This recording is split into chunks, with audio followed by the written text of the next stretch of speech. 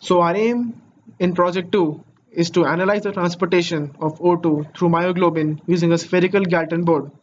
Now this is a spherical Galton board and our assumptions are that the number of spheres is equal to n and the distance between any two adjacent spheres is r. Now let this be a particle and let it go from sphere A to sphere B with distance r, and it encloses a region with angle theta. Hence this is r sec theta, where theta can go from 0 to a maximum of pi by 3.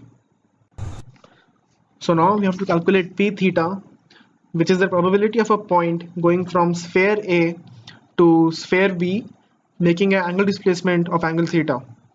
Now this is given by the formula 2 pi into r tan theta into r sec theta into d theta upon pi into r tan pi by 3 whole square.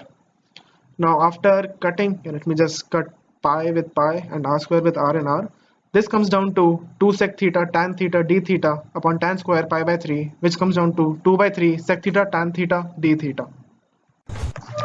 So di gives us the displacement of the particle on the ith iteration, which is given by r sec theta I. Thus dt will give us the total displacement of the particle after n spheres, and d mean will be represented by the average of r sec theta I summed over I equal to 1 to n.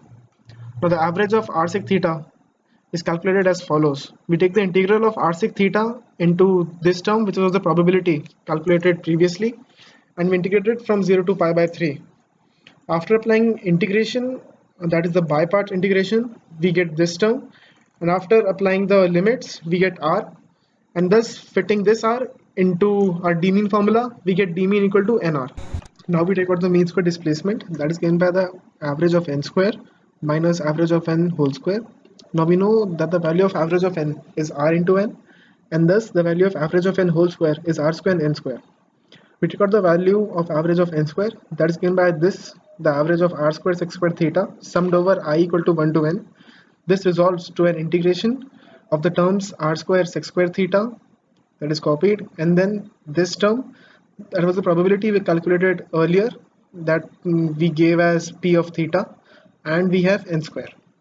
Now after solving this integration by parts, we get this following term, and we apply the limits pi by 3 and 0 to sec cube theta, and then we get 14 by 9 r square n square. We fit this term into the formula for mean square displacement, and we get that the mean square displacement is equal to 5 by 9 r square n square. Thank you.